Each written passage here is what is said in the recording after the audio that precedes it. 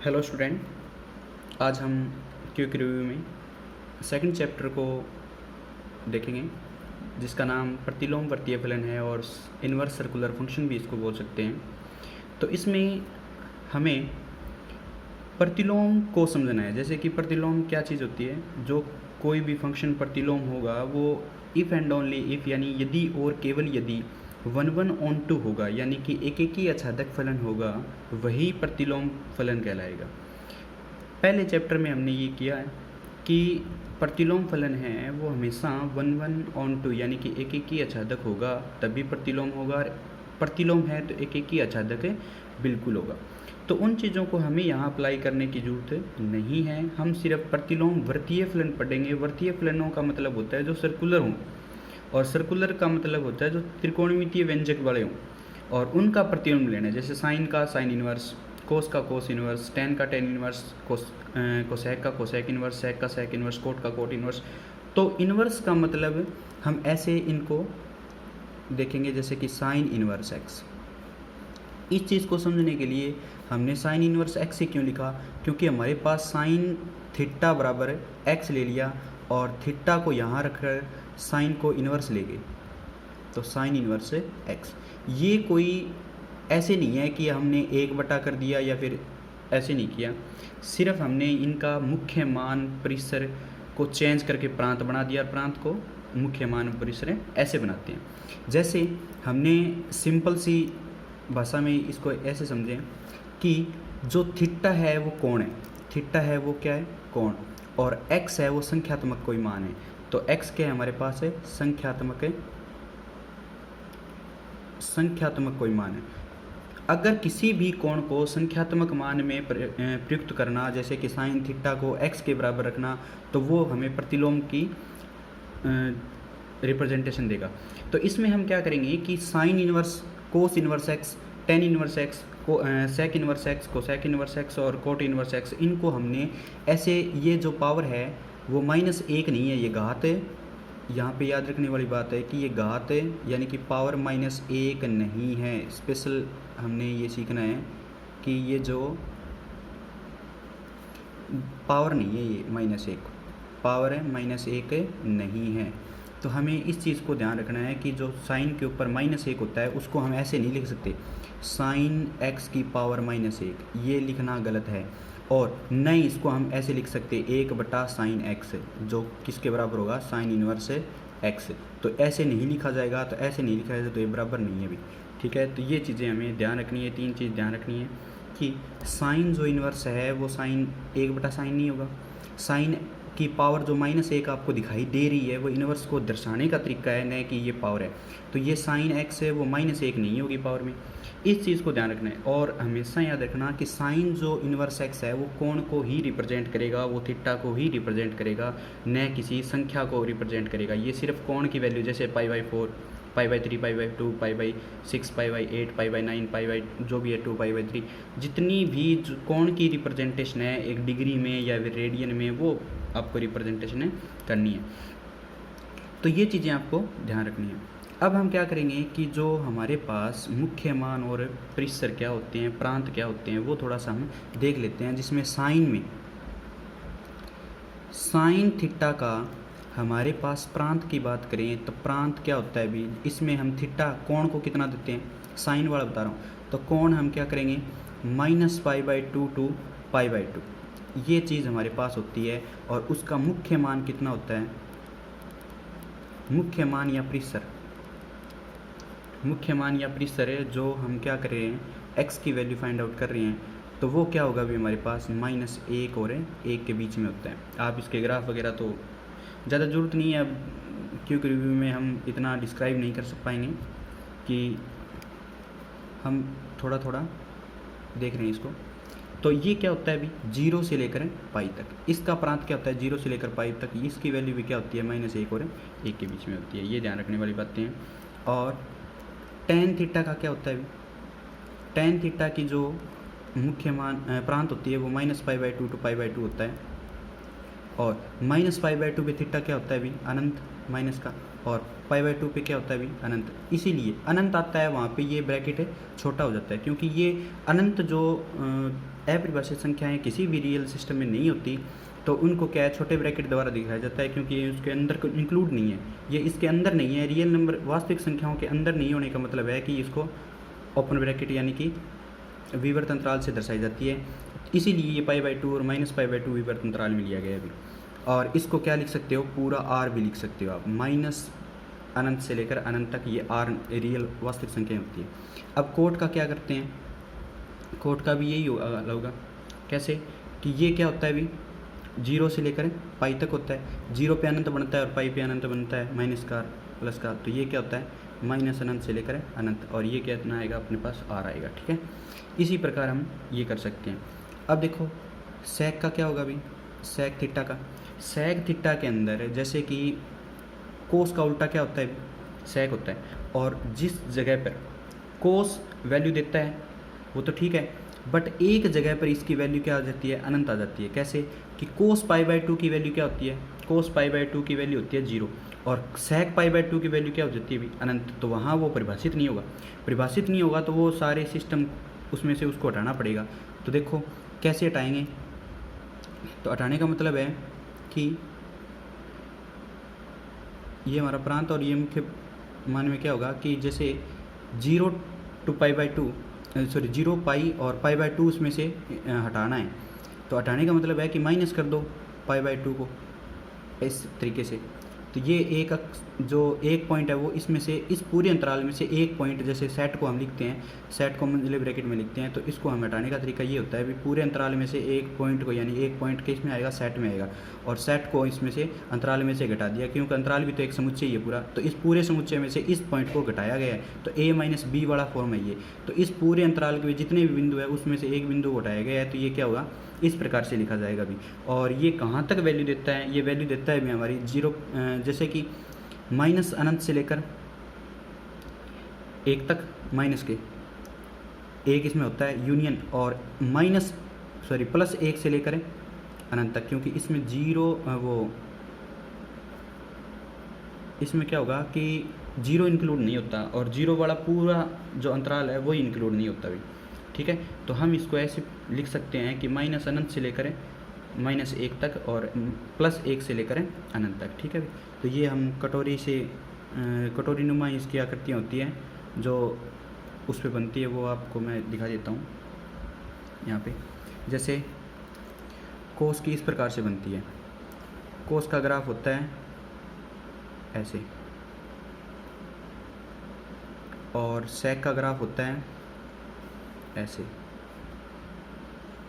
ये ऐसे है, तो यहाँ पे ऐसे ग्राफ होता है। तो इस प्रकार जैसे ये 0 हो गया, ठीक है भाई, और ये 0 हो गया, तो आप इनको यहाँ से पढ़ोगे तो ये 1 है, और 1 से लेकर पूरे अनंत तक जाएगा। ठीक है भाई, और यहाँ से इसको देखोगे तो ये देखोगे आप, तो यहाँ -1 था ये पॉइंट, ये -1 से लेकर क्या हो गया, और माइनस से अनंत तक हो गया। तो इस प्रकार से हम कह सकते हैं कि ये माइनस अनंत से लेकर है। ठीक है भाई, माइनस अनंत से लेकर तो क्या होता है, -1 तक होता है, फिर 1 से लेकर अनंत तक होता है, क्योंकि जो ये बीच वाला अंतराल होता है ना, इसमें ये 1 से लेकर -1 के बीच का, तो ये 0 इंक्लूड है, जिसमें ये इसमें होता ही नहीं है अभी, तो इस प्रकार इसको हटाया गया है उस ओनली।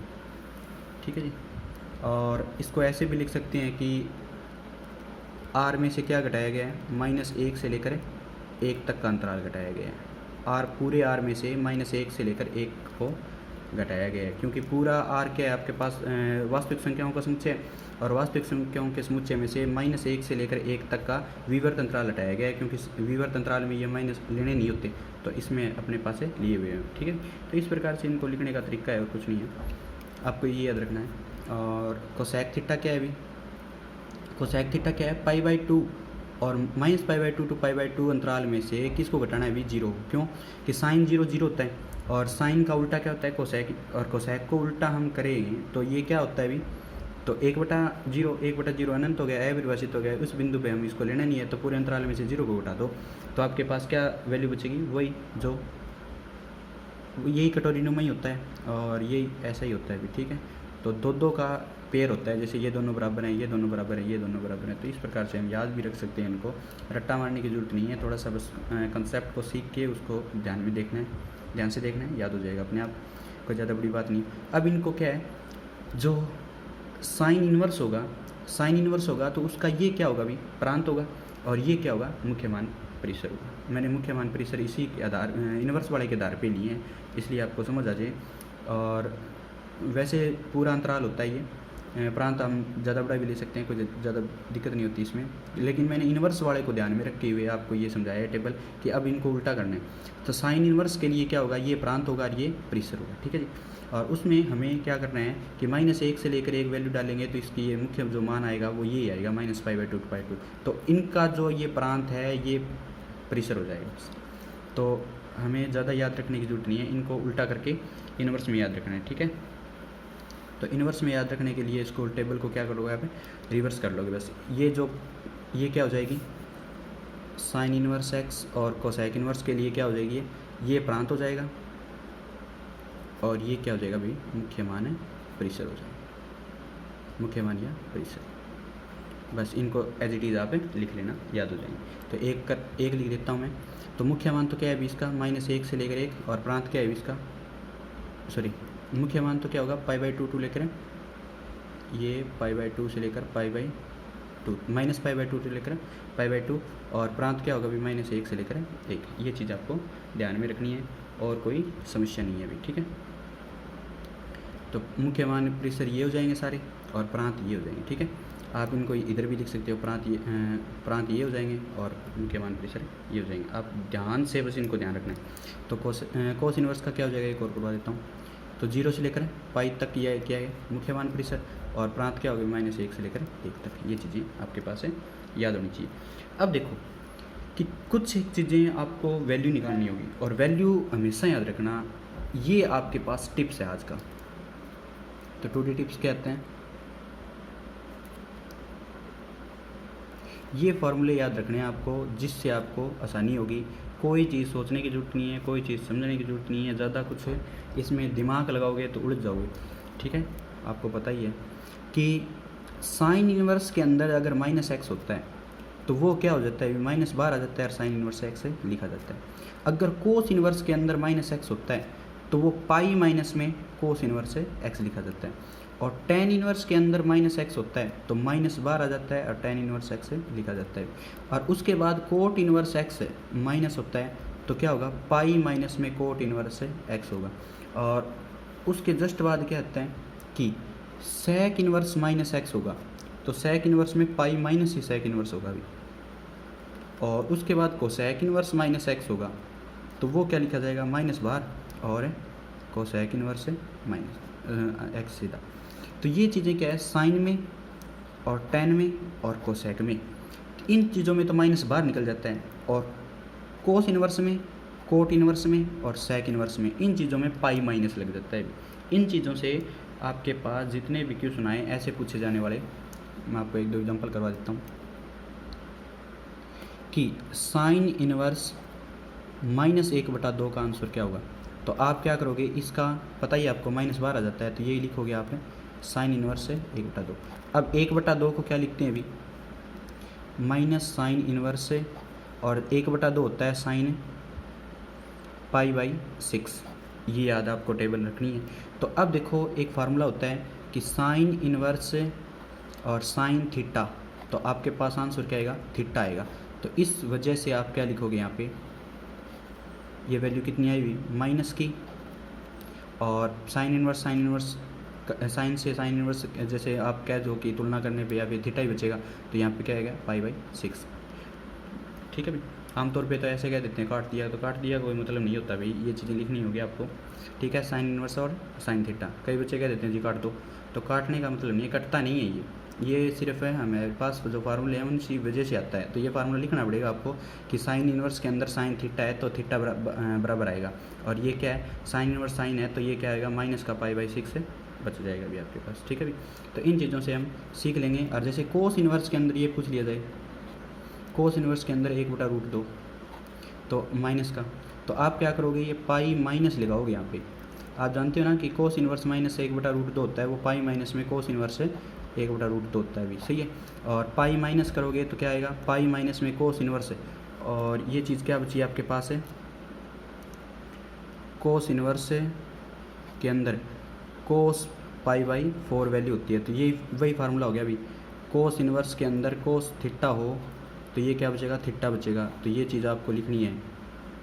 कई बच्चे आलस कर जाते हैं कि लिखते नहीं हैं, तो लिखने से आपके जो दिमाग का IQ लेवल है वो पता लगता है कि आपको कुछ आता है, सही है। और ये तो आप नकल मार के भी कर सकते हो, तो ये चीज़ों को अगर कोई आपको मैटर नहीं, कुछ नंबर नहीं मिलेगा एक्स्ट्रा से, वो जितना आंसर है वो नंबर तो इतना ही मिलना है, बट इन चीज़ों का फ़र्क पड़ता है। क्योंकि आगे फिर आपका कोई क्वेश्चन गलत होता हुआ है लग रहा है, या फिर आपके पास ऐसे लग रहा है भी टाइम नहीं बचा और आधा कर दिया, तो आपको एग्जामिनर भी सोचता है कि बच्चे को कुछ आता है, उसकी टाइमिंग प्रॉब्लम के कारण ये रह गया, तो उसके हिसाब से वो आपके पूरे नंबर नहीं काटेगा, जितने उसका वेटेज है उसका वो देगा, पूरा आपका हक देगा। तो इस प्रकार से आप इन चीज़ों को लिखोगे तो समझ आएगी कि आप में कुछ टैलेंट एक्स्ट्रा है, ठीक है।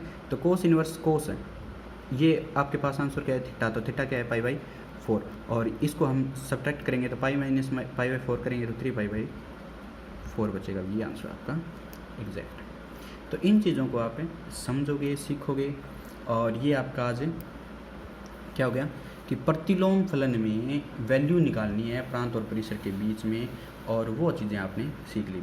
इतने में कोई दिक्कत है तो आप मेरे को कमेंट करके बता सकते हो भी जी हमें ये समझनी है।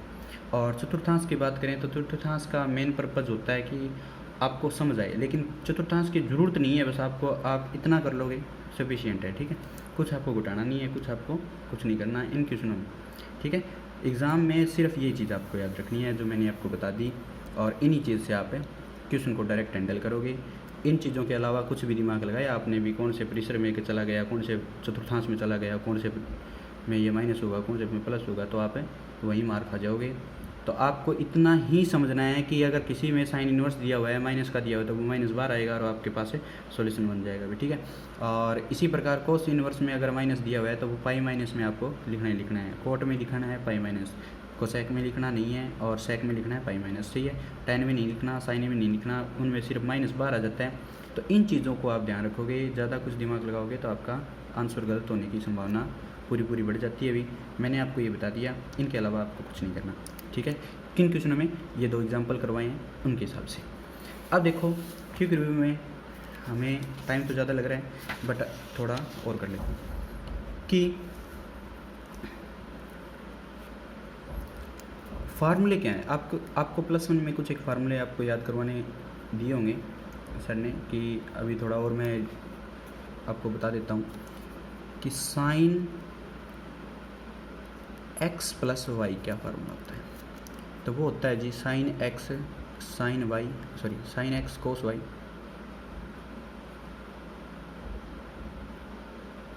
और प्लस ये है तो प्लस ये आएगा, और cos x sin y, ठीक है।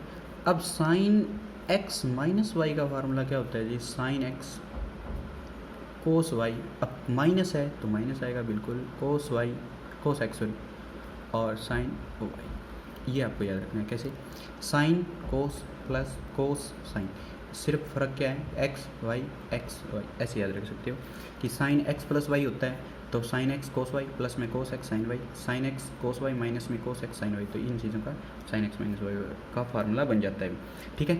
अब इनको कंबाइन लिखता हूँ मैं, तो साइन x ± y, तो ये फार्मूला क्या होगा अभी, sine x cos y, plus पहले है तो प्लस ही, और माइनस बाद में है तो माइनस, ठीक है। प्लस के हिसाब से प्लस और माइनस के हिसाब से माइनस, ये आपको एडजस्ट करना है, ऐसे याद रखना है इनको। तो cos x को साइन y, ठीक है।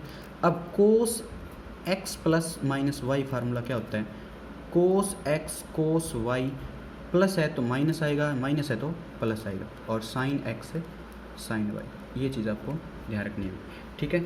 उसके जस्ट के बाद क्या करेंगे कि अगर ये फार्मूला भी होता है tan x + y और माइनस हो तो tan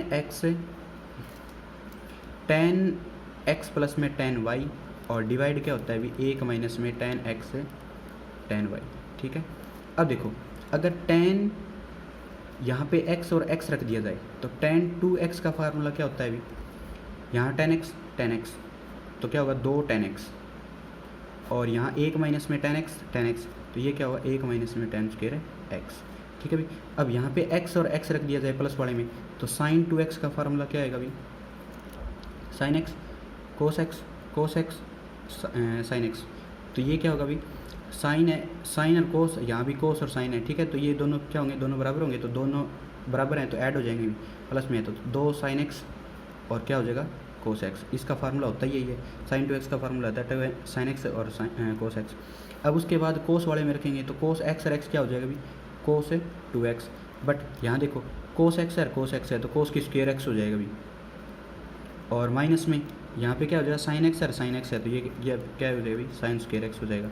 अब इसको क्या लिखेंगे, 1 माइनस में साइन स्क्वायर, तो 1 माइनस में साइन स्क्वायर लिख दिया, और ये भी साइन स्क्वायर पड़ा ही है, कोई दिक्कत नहीं है। तो इनको क्या लिखेंगे, 1 माइनस में साइन और साइन कितना हो गया 2 हो गया साइन स्क्वायर x, तो ये फार्मूला होता है अभी आपके पास कोस 2x बराबर है 1 माइनस में 2 साइन स्क्वायर x।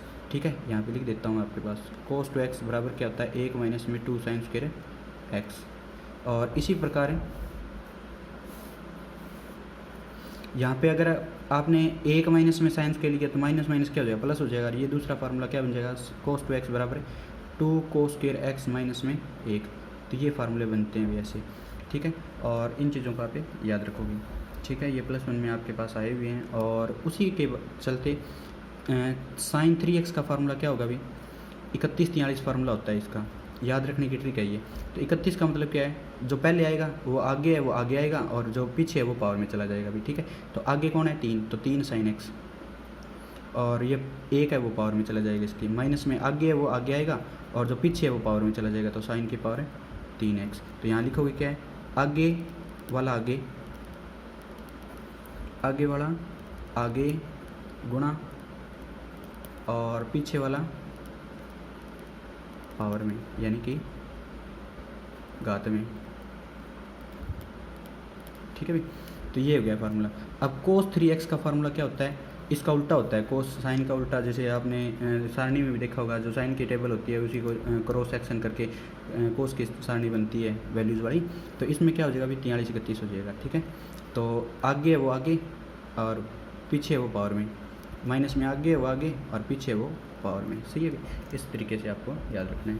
31 43 और 43 31 का फार्मूला होता है कोस 3x में। tan 3x का फार्मूला क्या होता है जी, 3 tan x और माइनस में tan की पावर है 3x, और डिवाइड में क्या होगा 1 माइनस में tan की पावर है 3x। सही है, तो ये चीज़ें आपको करनी है। ठीक है, 3 tan स्क्वायर x, सॉरी यहाँ पे पावर ये 3 tan x और माइनस tan की पावर 3x, और 1 माइनस में 3 tan स्क्वायर x होता है। क्यों होता है, इसका रीज़न है कि आप अगर इसमें देखोगे tan x प्लस में tan y प्लस में tan z बराबर फार्मूला क्या होता है अभी, सॉरी माइनस में, और यहाँ पे क्या आएगा tan x tan y और tan z, और डिवाइड में क्या होगा 1 माइनस में tan x tan y minus में tan y tan z, और माइनस में tan x और tan z, और वो किसका फार्मूला होता है अभी tan के अंदर x प्लस में y प्लस में z का फार्मूला होता है। tan x plus y plus z का फार्मूला होता है tan x प्लस में tan y प्लस में tan z माइनस में tan x tan y tan z बटा 1 माइनस में tan x tan y minus में 1 tan y माइनस में tan y tan z minus में tan x tan z। ठीक है, इस चीज़ को आपको ध्यान रखना है, और इन चीज़ों में x x x रखने पे tan 3x का फार्मूला होता है x x x यानी कि 3 tan x x x ये पावर 3 चली जाएगी, और 1 माइनस में ये सेम तो 3 tan का स्क्वायर। ठीक है, ये चीज़ें आपको ध्यान रखनी है। और उसके जस्ट बाद में 4 फार्मूले हो रहे हैं, वो आपको क्या करना है कि एक तो ये होता है tan में, आपको यहाँ लिख देता हूँ कि साइन 2x का फार्मूला होता है, साइन 2x का फार्मूला होता है 2 tan x बटा में 1 प्लस में tan स्क्वायर x, इसको आप सोल्व करके लिख सकते हो। और कोस 2x का फार्मूला होता है 1 माइनस में tan स्क्वायर x और डिवाइड में 1 प्लस में tan स्क्वायर x, आप इनको भी सोल्व करके देख सकते हो। तो ये फार्मूले आपको याद रखने हैं। और अब जो CD फार्मूले होते हैं 4, उनको ध्यान रखना है अभी। तो साइन C प्लस में साइन D का फार्मूला क्या होता है कि 2 गुणा में साइन C प्लस में D बटा 2 और कोस सी माइनस में डी बटा में 2, इस चीज़ को ध्यान रखोगे। और साइन सी माइनस में साइन डी का फार्मूला क्या होता है अभी, 2 गुणा में कोस आगे आ जाएगा, सी प्लस में डी बटा में 2 और साइन पीछे चला जाएगा अभी, सी माइनस में डी बटा में 2, ठीक है। और उसके बाद क्या करना है कि कोस सी प्लस में कोस डी, तो ये हो जाएगा अभी 2 गुणा में ये यहाँ पे आएगा साइन, सॉरी कोस, दोनों प्लस के हैं तो प्लस में वाले में कोस ही आता है। और 2 गुणा में कोस सी प्लस में डी बाई 2 और कोस सी माइनस में डी बाई 2। और माइनस का मतलब है नेगेटिव, नेगेटिव का मतलब है अन तो साइन में होता है। तो इस चीज़ को याद रखने का तरीका है और कुछ नहीं है भाई, ठीक है। तो नेगेटिव में नेगेटिव आएगा पहले तो 2 गुणा में यानी 2 गुणा में साइन सी प्लस में डी बाई 2 और साइन है सी माइनस में डी बाई 2। याद रखने का तरीका क्या है, साइन होते हैं प्लस में तो साइन पहले और कोस बाद में, माइनस में होता है कोस पहले और साइन बाद में, प्लस में होता है कोस तो कोस ही रहेगा, ठीक है भाई। और माइनस में रहेगा तो ये माइनस में रहने का मतलब नेगेटिव पहले आएगा और साइन इसमें हो जाएगा, ठीक। ये चीज़ें आपको ध्यान रखनी है, ये फार्मूले हैं आपके पास। और आज के लिए इतना काफ़ी है, कल हम साइन इनवर्स वाले फार्मूले करेंगे और उनमें हम चीज़ें देखेंगे कुछ। और आज की जैसे भी आपको क्लास लगी उसका कमेंट या लाइक करके आप मेरे को बता सकते हो भी हमें आनंद आया कि नहीं आया, ठीक है। और चैनल को सब्सक्राइब ज़रूर करें क्योंकि हम रोज़ क्विक रिव्यू करेंगे RBSE बोर्ड जो कोरोना टाइम में 60% आपका सिलेबस है उसके हिसाब से, ठीक है। कुछ एक क्वेश्चन भी करवाएंगे जो इम्पोर्टेंट हैं और सबसे पहले हम फार्मूला वगैरह और कुछ एक छोटी मोटी बातें जान लेंगे। तो उसके लिए आप बने रहें हमारे चैनल पर। आज के लिए थैंक्स।